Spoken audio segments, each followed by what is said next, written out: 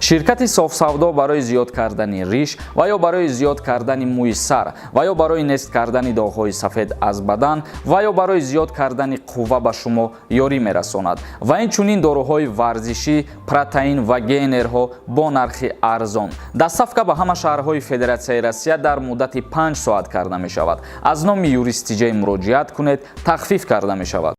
Якай сорбон меган Тоҷикистон ба таможни Союз медрояд. Аймада хубтар бидонед то видеои мара ҳеҷ вақт тамошо намекунед.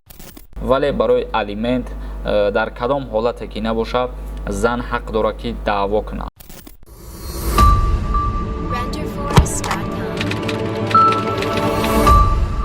ассалому алайкум ба ҳама тамошобинони барномаҳои Сорбон Сафаров.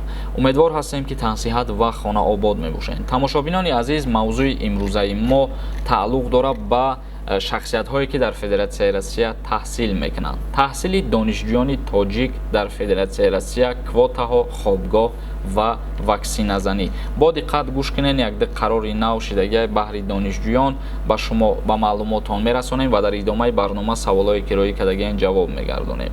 Инак ҳукумати Федератсияи Россия қарори нав бировард ки ҳар як шахсияте ки дар Россия таҳсил мекунад бояд пеш аз сафар карданаш донишгоҳе ки ӯ таҳсил мекунад огоҳ кунад ки ҳамин студент ба донишгоҳаш омаданияй ва дарсоша идома доданияй. Ва ба мисли ҳамешагӣ донишҷӯ ПЦР тест месупора ба Федератсияи Россия сафар мекунад ва дар ҳоле ки ҳозир шид дар Россия боз иловагӣ аз ташхис мегзарад ва боз тест месупорад. Ва дар ҳоле ки агар дарсошон сар шидагӣ бошад, то ҷавоби анализ биромадан, то ҷавоби тест биромадан дарсошона бо тариқи онлайн мехонанд ва агар ки ба бемориҳо гирифтор набошанд, пас иҷозатшон метиҳанд ки ба донишгоҳ бираванд, дарсҳои худшона идома бидиҳанд. Ва ҳукумати Федератсияи Россия имсол барои донишҷӯёни тоҷик 18 000 квота ҷидо кард. Ва ин квота тааллуқ дорад ба шахсиятҳое ки бакалавр мехонанд.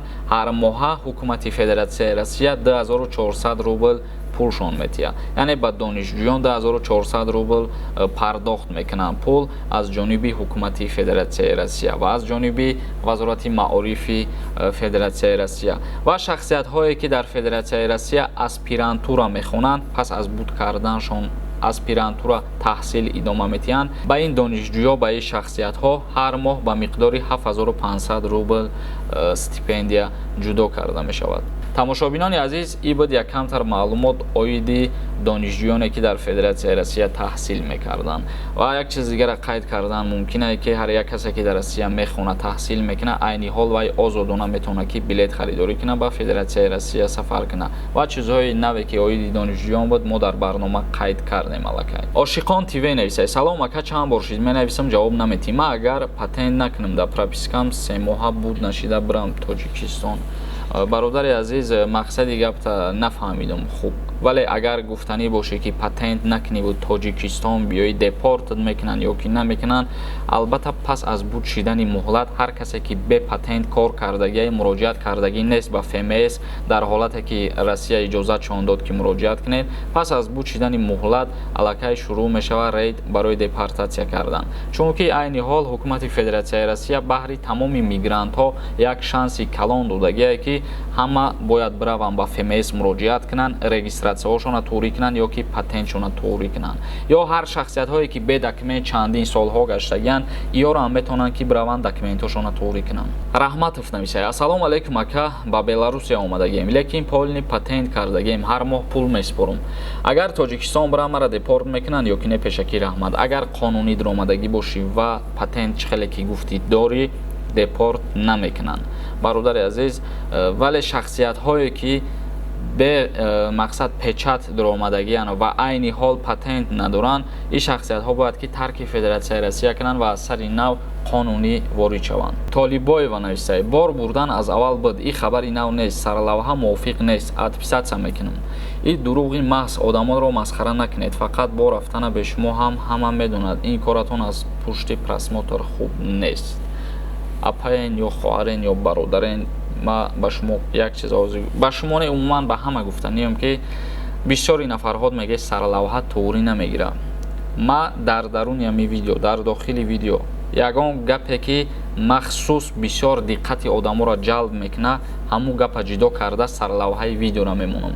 Баъзан вақтҳое мешавад ки сарлавҳаи видеои ма охири барномаи ма гирифтагиай. Баъзе вақтҳое мешавад ки сарлавҳаи видео аз аввали барнома гирифтагиай. Ба ҳамин хотир шуморам аз пеши худтон тӯҳмат накунед. Яъне дурӯғгӯ ман нестам. аввалан шумое ки гапҳои дурӯғ бисёр менависонед.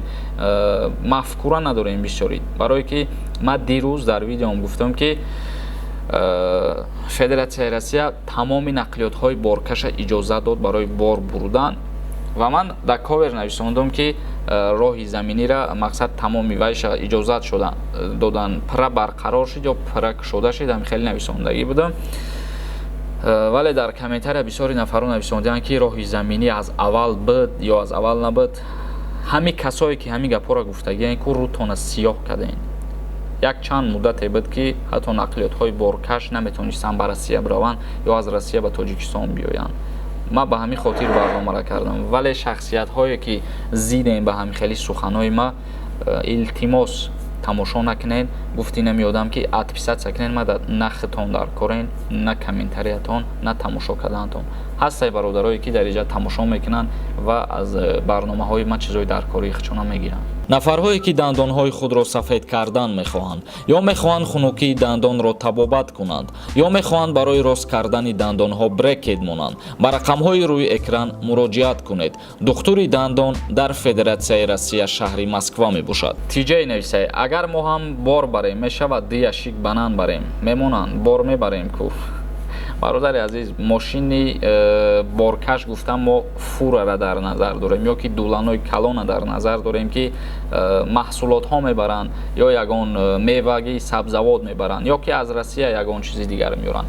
ба мошини сабукрави майда дияшик банан ё ки дияшик мандарин гирифта бурданда иҷозат нест, намешавад. яъне ки мусофиркашӣ айни ҳол иҷозат нест. Комрон Иргашев нависад: якай сорбон меган Тоҷикистон ба таможни Союз медрояд. ростай? дар ин бора ягон ахборот ё маълумот нест ёли. Бунёд нависад: якай сорбон ҳамин нархҳои билетҳоро Хуҷанд, Ташкент, Москва ай кадом сайт фаҳмем мешавад? рости гап намедонам ки билетҳо аз Хуҷанд ба Ташкент чанд сомон аст, вале аз шаҳри Душанбе ба Ташкент аз $160 сар мешавад. Фахриев нависад: правом тоҷикӣ расистӣ карда мешавад ё не? ма дар Россия бале шахсиятҳое ки агар таксӣ кор кунанд ва ё метонанд ки правои расистӣ бигиранд ба правои расистӣ бо кор кунанд. вале як чизи дигае ки правои расистиро барои таксӣ кор кардан касе ки мегира бояд 3 сол собиқаи корӣ дошта бошад. Абубакр нависад: сорбон салом, духтарам аз шавҳараш ҷудо шид ва шавҳараш хонаша фурӯхту пулша гирифта ба Россия гирехт ва 5 сол шид алимент намеспорад. чӣ кор кунем? айни ҳол дар номаш ягон мулк, яъне ягон моликият хона надошта боша, шумо дига барои хона даъво карда наметонед, барои маскун кардан даъво карда наметонед. вале барои алимент дар кадом ҳолате ки набоша, зан ҳақ дорад ки даъво кунад. мисол аммо шавҳар агар шароит ҳам надошта боша, дар ин ҳолат қонун муқаррар кардагие ки бояд алимент пардохт карда шавад. ва дар ҳолате ки 5 сол шид алимент споридагӣ нест, то ҳатто метонед ки агар даъво кунед алиментҳои наспоридагишам барқарор кунад. ибодулло нависад: салом бародар, илтимос саволи мана ҷавоб шатиен ки дар ҳамин амнистияи тиллоӣ праваи ришват меғалта ё ки не?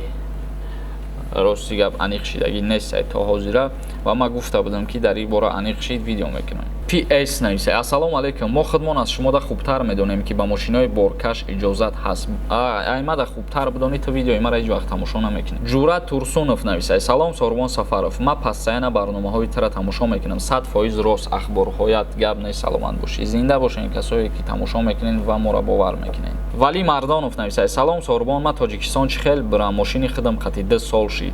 мошини сабукрав боша, агар намешава, мутаассифона иҷозат нест. Ҷаборов нависад: салом алейкум ака, ҳамун дар инстаграмтон нависам, савол да ҷавоб надодем ку ака. бародарои азиз, як чиза гуфтанем ки ман як нафарам, вале шумо бисёриен. дар як рӯз мумкин 100 та савол шавад дар комментарияҳои ма.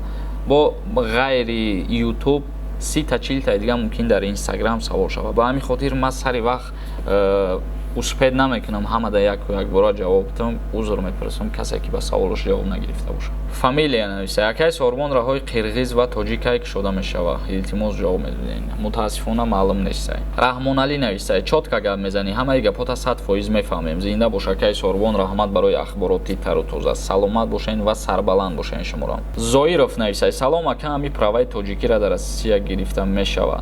Аз Россия права гирифтанӣ бошен. Ай Тоҷикистон агар мутаассифона намешава. Чунки иҷада имтиҳон меспорен шумо ва бадани хитон ҳатмияй. Дарс мехонен ва пас аз дарс автодром мерен, экзамен меспорен. Бақоев нависай. Аблава кай сар мешава? Ка нархи ваени билети ҳарбӣ чанд ҳазор шуда? Ка илтимос.